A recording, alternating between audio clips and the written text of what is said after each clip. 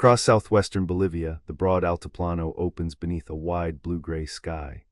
The plateau lies between ranges of the Andes, high within the continent, where the air is clear and vegetation grows only in sparse, low patches. Far across this elevated land, a white plain begins almost without a boundary. It rests between the quiet air above and a muted mountain rim at the edge of distance. This is Salar de Uyuni, lying roughly 3,650 meters above sea level. From far away, its height is less noticeable than its openness. The plateau seems to spread outward on every side, while the sky rises without trees or tall buildings to divide it. Sunlight crosses the interior in a broad, even way. Small shadows remain close to the ground, and the distant mountains appear pale, their lower slopes softened by the long reach of air between them and the white plain. The Salar covers around 10,000 square kilometers and is commonly described as the largest salt flat in the world, yet its size is not announced by any single feature. It is felt gradually, in the length of the horizon and in the time the eye can remain upon one nearly level surface. White ground follows white ground, becoming silver in one direction and faint cream in another. Beyond it, the mountain rim stays low and still. Water entering this high interior basin has no continuing passage toward an ocean. It gathers in lower places and remains within the plateau until dryness and time alter it. Long before the present salt crust, broader waters occupied parts of the Altiplano. Their presence lingers quietly in the shape of the basin, in its mineral ground, and in the immense level floor that once lay beneath ancient lakes. In dry weather, the salt can appear sharply white beneath the high daylight. The brightness is wide rather than concentrated, extending evenly toward the horizon. Where the sky is blue-gray, the plain takes on a cooler shade. Where thin cloud passes overhead, it softens. The surrounding slopes remain subdued in browns, grays, and distant violet, enclosing the openness without interrupting it. After seasonal rain, parts of the Salar hold a very shallow layer of water. The covering may be only a thin film, light enough for the flatness beneath to remain apparent. It does not create the impression of a deep lake. Instead, it rests upon the salt and changes the color of the surface, while leaving the broad form of the basin almost untouched. Under still air, this thin water gathers the sky into itself. A pale cloud above appears again below, its reflected form resting across silver-gray water. The distant mountain rim may also be repeated, one narrow shape rising beneath the sky and another descending into reflection. Between them, the true horizon becomes fine and uncertain, no wider than a faint line across the open distance. Elsewhere, the water carries only softened brightness. It looks blue where it receives the color of clear sky, gray beneath cloud, or nearly white where sunlight passes through to the salt below. The same plane changes without moving. A shift of light is enough to turn dry whiteness into silver, and silver into a pale field that seems almost without edges. There are few vertical forms in the central distance. The mountains remain far away. Highland vegetation belongs mainly to the outer ground and grows too low to disturb the long horizontal lines. Above, the sky occupies much of the visible world. Below, salt and occasional water extend with an answering breadth. In calm weather, the two surfaces become close in character, one open and blue-gray, the other pale and level. Clouds move slowly across the basin. Their shadows, when visible, are broad and subdued. One cloud may darken a distant stretch of salt, while another area remains bright. Its reflection appears only where rainwater has settled thinly and evenly. The mirrored shape belongs to particular conditions: quiet water, gentle air, and light arriving at a certain angle. It fades again as the surface dries or a breeze passes over it. Sometimes the horizon is clear, with white salt below and a narrow mountain rim beyond. Sometimes shallow water softens it until land and sky seem to meet across a wide band rather than along a single edge. The basin remains broad beneath both conditions, holding brightness, long distance, and temporary reflection within the same simple form. At a nearer distance, the unbroken field begins to show slight variations in tone. Some areas remain bright, while others are touched with pale gray. Fine lines pass through the surface. Low seams appear, then become faint beneath a sheen of water. The plain is still open and the mountains still rest far away, but the salt below gathers into a gentle repeating pattern. The lines belong to the crust itself. They mark broad joined shapes across the nearly level ground. Some are thin and gray, some slightly raised, and others widen briefly before narrowing again. Between them, the salt remains white and firm beneath the high sky. The shapes are often polygonal, though never perfectly measured. One may have 5 sides and another 6. The next stretches into a longer form with softened corners and edges that bend slightly. Seen alone, each cell occupies only a small part of the salar. Together they extend through the middle distance. Their quiet geometry repeating across the basin. A pale seam travels toward another seam which meets several more. Low ridges catch narrow traces of shadow blue-gray against white salt. Farther away, the shadows become too fine to separate. The pattern lightens with distance until the crust appears smooth again, and beyond that smoothness lies the muted mountain rim. Even where countless seams cross the ground, the surface does not feel crowded. The markings are broad and widely spread, with open white centers held inside them. They make the scale of the plain easier to sense. A single polygon belongs to the near ground, 10 more carry the pattern outward. Hundreds blend into a pale texture beneath the horizon. The crust has very little rise or fall. A shallow ridge may stand above the neighboring salt by only a small amount, just enough to hold a slender shadow or a thin line of moisture. Minor hollows keep a faint gray tone. These differences remain close to the ground. Nothing interrupts the long level view, and the enclosed basin continues outward between distant slopes. Dry salt passes gradually into damp salt. A low place may hold a clear film of water while the neighboring ridge remains white. One polygon is almost dry, the next lightly covered, and another lies beneath a smooth silver sheen. There is no abrupt border between the conditions. They meet in narrow curves and quiet variations of tone, beneath shallow water. Some seams remain visible as dim gray lines.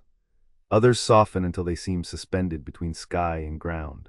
A reflected cloud may lie across the geometry, its pale lower image crossed by faint mineral ridges. If a small movement passes over the water, the image separates into muted bands. When the surface settles, the bands draw together and return to one broad shape. Toward the outer reaches, the central whiteness changes gradually. There is no single edge where salt stops and the surrounding plateau begins. White crust becomes mottled salt, then mineral-stained ground in beige, rust, ochre, and gray. Water gathers in shallow places. Darker soil appears beyond it, followed by scattered scrub in the lower slopes rising toward the mountains. From the center, these margins form only a soft band. The low plants are too widely spaced to make a continuous line. Mineral colors remain close to the earth, subdued beneath the open sky. Salt, water, dark soil. And slope overlap gently, as though the basin had drawn several faint borders instead of one definite boundary. A narrow pool may follow the pale salt edge for some distance. Beside it, damp ground holds a quieter gray. Beyond that, sparse vegetation marks the firmer plateau. Each plant remains low beneath the width of the basin. The outer slopes rise gradually, their surfaces softened by clear high air and the broad light of the Altiplano. Seen from far out on the salt, each margin appears slender. A line of water, a line of mineral earth, a low spread of scrub, and then the distant mountain rim. Yet every band has its own subdued texture. Salt is firm and finely ridged. Water is clear or silver gray. Earth is darker and uneven. The lower slopes carry muted mineral colors beneath the pale sky. A few rocky islands provide another kind of edge.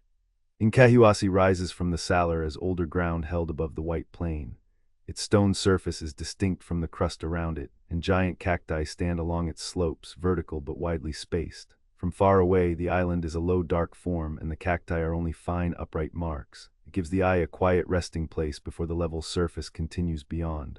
Polygon seams approach the island and disappear at its base. Pale geometry meets rough brown stone, while the island's upper outline rests beneath the sky. In another direction, there may be no raised ground at all, only white salt, repeating seams, and the far rim of mountains. The contrast is simple, a small area of rock within a much wider field of brightness. The island once stood as higher ground within the old lake basin. Its rock and fossil-bearing material belonged to an earlier landscape, shaped when water occupied more of the Altiplano. On its uneven slopes, the cacti rise slowly from the stony ground.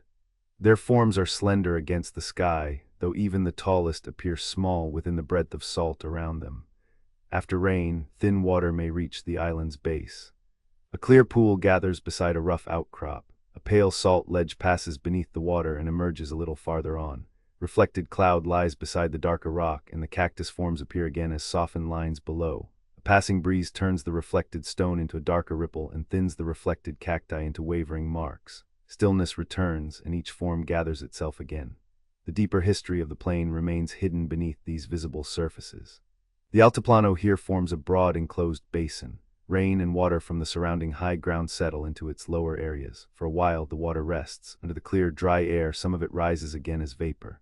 The basin keeps what the departing water cannot carry: fine sediment, dissolved minerals, and pale grains that gather upon older layers.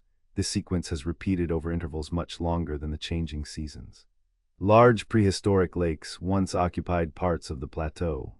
Among them was the ancient lake known as Minchin, whose waters extended across areas that are dry or covered by salt today. Its shoreline did not remain fixed. Over long spans of time, water spread through the basin and later drew back, passing through many depths and many quiet margins. As those old waters diminished, material held within them settled across the basin floor. Some particles sank gently.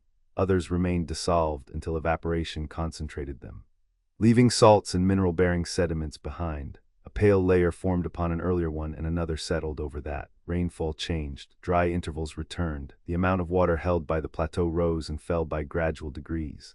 The white plain is the uppermost expression of this long accumulation. Beneath the crust are deeper deposits of salt, sediment, mineral-rich brine, and other material laid down as the basin changed. The surface seems spare because so little rises above it, yet below that simple brightness are many layers, each belonging to an earlier balance of water and dryness. No single shoreline from the ancient lakes can be followed across the whole landscape. Their traces appear instead in the shape of the basin, in the white crust, in the darker mineral ground near the margins, and in the buried layers beneath. What was once a lake floor became a broad salt flat without losing every sign of the waters that occupied it. There was no clear instant when lake became salar. The change unfolded gradually. At times the basin held more water, then less, than water in smaller and shallower areas. Mineral ground widened as the waters narrowed. Pale surfaces appeared, were covered, and appeared again. Water gathered, rested, thinned, and left material behind. The polygon seams also belong to this continuing change. They do not lie upon a finished surface like lines drawn afterward. They arise through repeated alterations within the salt itself. Moisture enters shallow spaces. Crystals grow, soften, partly dissolve, and form again. Warmth and cold change the crust by small degrees. As it expands and settles, low ridges gather around the edges of the broad pale cells. One polygon meets another and then another beyond it. Some cells are wide, some narrow, and some merge where a seam has faded. Together they preserve the quiet record of returning moisture and long periods of drying near the surface. A little dampness darkens a ridge before the high air draws it away. Lower down, brine remains among layers of salt and sediment. Deeper still, mineral deposits continue beneath the visible plain. Seasonal rain repeats the older pattern in a much lighter form. It settles into shallow depressions, follows faint seams, and spreads across firm salt. The amount varies from year to year and from one part of the salar to another. During the austral summer, broadly from December into April, thin water may remain for a while upon portions of the plain. The covering is never quite the same. In one place it extends for a long distance. In another it narrows to a silver strip beside dry white crust. A low ridge may divide one reflective patch from the next. Elsewhere the film passes over the ridge so lightly that its pale outline remains visible below. The water does not conceal the basin so much as give it another surface, light laid over light. Polygon seams continue underneath, softened but not erased.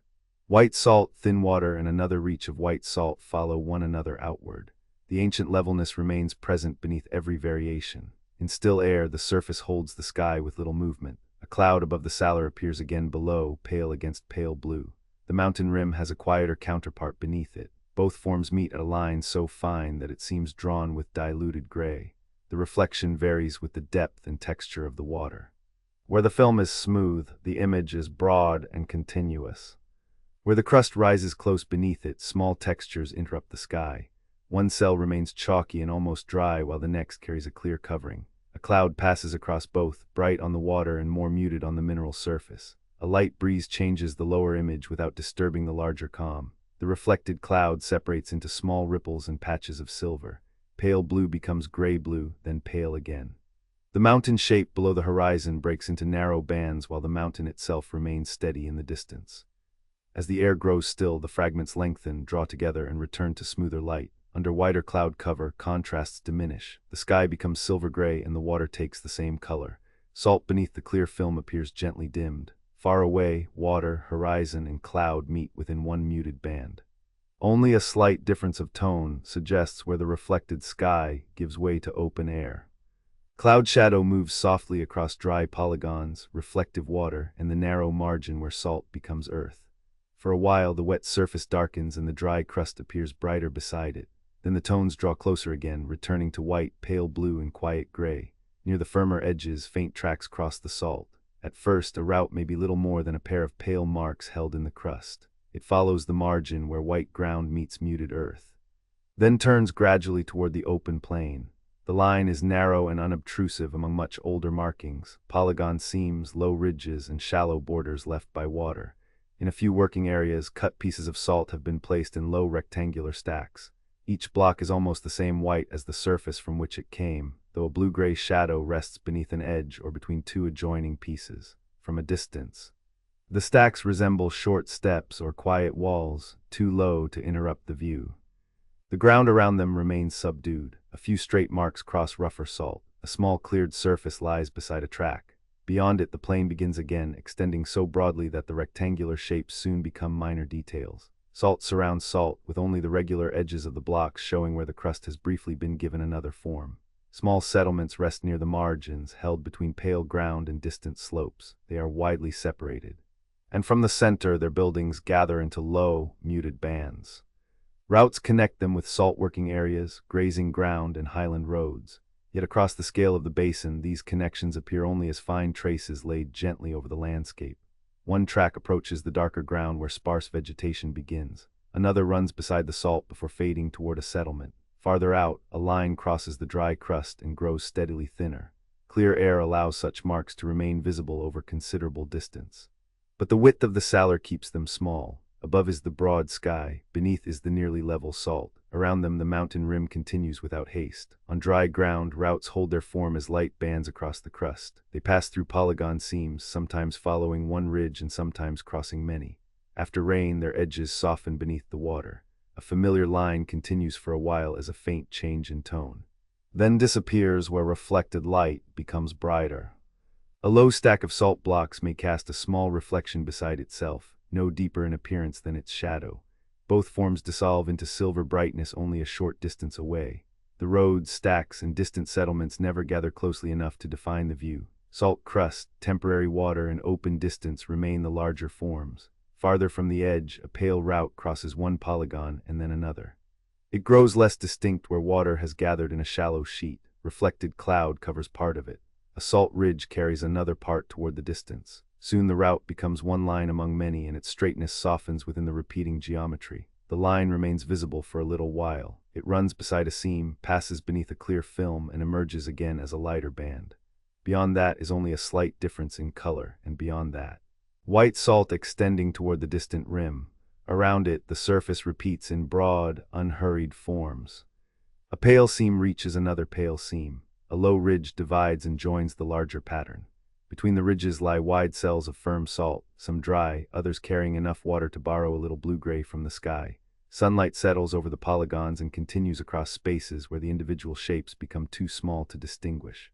A volcanic form rises a little more clearly along one part of the horizon, though distance smooths its sides. Elsewhere, the mountain rim is only a narrow band between pale ground and pale sky. It does not seem to approach. The breadth of the salar keeps it far away beyond many repetitions of salt and shallow water.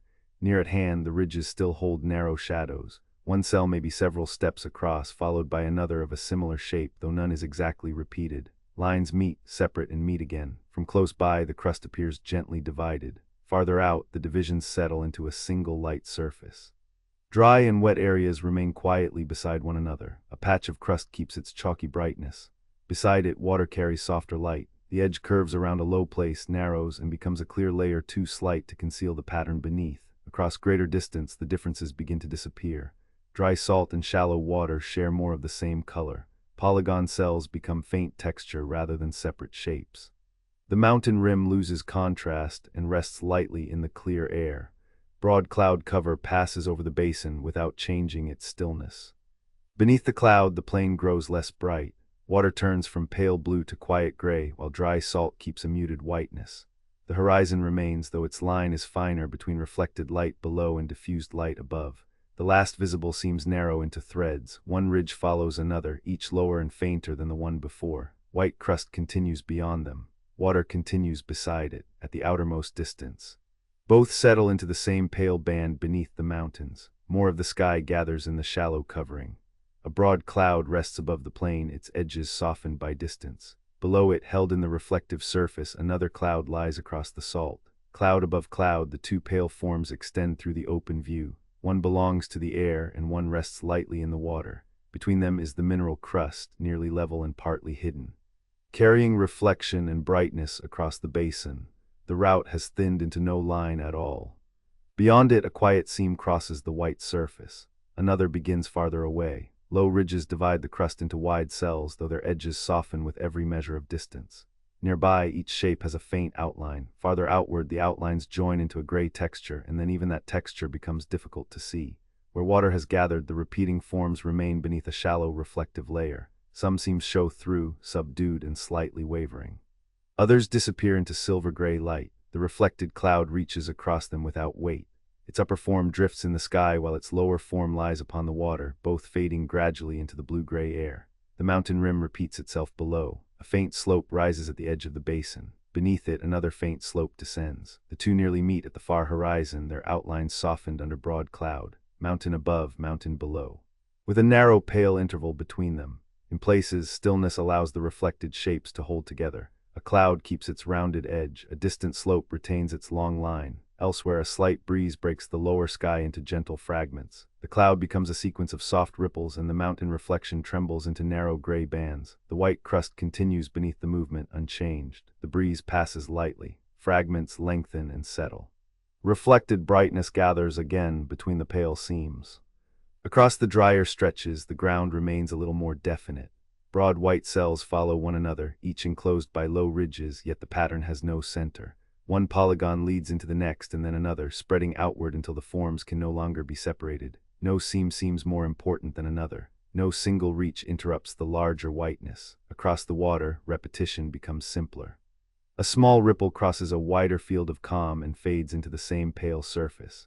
The sky above is spacious, and its reflection makes the space appear deeper. Light seems to continue below the visible ground and beneath the salt-colored distance. Where the water is clearest, cloud and reflected cloud are joined by almost no visible line. Where salt rises slightly through the film, a narrow white mark returns, briefly recalling the firm crust beneath. Then the mark grows faint again. Under the wide cloud cover, blue becomes gray-blue, and white becomes silver-white. The highland light no longer picks out every ridge. It spreads evenly across the basin, softening small variations until only the largest forms remain: a broad cloud, a low mountain rim, and a long reflective surface. The horizon is visible in one place and only suggested in another. It becomes a region where one pale tone passes into the next. Surface detail recedes. Polygon seams become threads, then a muted grain beneath the water. Ripples become slight bands of silver-gray. Reflected cloud settles over the crust, and the salt holds less texture than light. Late daylight rests upon the drier portions of the plain. The white remains clear for a while, and a few seams carry narrow blue-gray shadows. Their pattern travels outward from one broad shape to the next until it becomes too fine to follow. Over the water, the same surface appears softer. A reflected cloud lies across it, broad and pale, carrying the dim shape of the sky down into the basin. The cloud above and the cloud below remain almost equal, separated by a horizon that appears briefly and then fades. The mountain rim keeps its low position around the plain, though its colors become quieter. Slopes that seemed blue beneath stronger daylight tend toward gray. Their reflections extend downward, faint at the edges and nearly lost beneath the clouded sky. A restrained warmth gathers along the lower distance. It touches the white salt without changing it greatly. Across the water, the same light becomes a muted band, with pale cream beside it and the slightest trace of rose dissolving into silver-gray. None of these colors remains separate for long. They pass gradually into one another over the level surface. The still air allows the reflection to spread. Cloud rests beneath cloud. The distant mountain rim holds a second, quieter outline below. Between them lies only a narrow uncertainty where water, land, and sky share almost the same tone. A light movement crosses one area of water. It loosens the reflected cloud into gentle ripples, dividing a pale shape into several soft bands. The bands travel a short distance and fade. Beyond them, the water remains smooth, and the broad reflection becomes continuous again. Evening coolness settles through the high, dry air. The basin itself remains unchanged. Salt stays firm beneath the shallow covering. The white plain continues toward the outer rim. Only the light withdraws from the smallest details. Blue-gray shadows along the polygon seams become less distinct. Raised edges no longer stand apart from the cells they enclose. Beneath water, the pattern can still be sensed as a pale grain, a quiet geometry held under reflection. On nearby dry salt, even that geometry softens as brightness fades. The warmer band grows narrower. Cream passes into cool white and then into silver gray. The faint rose leaves no edge behind.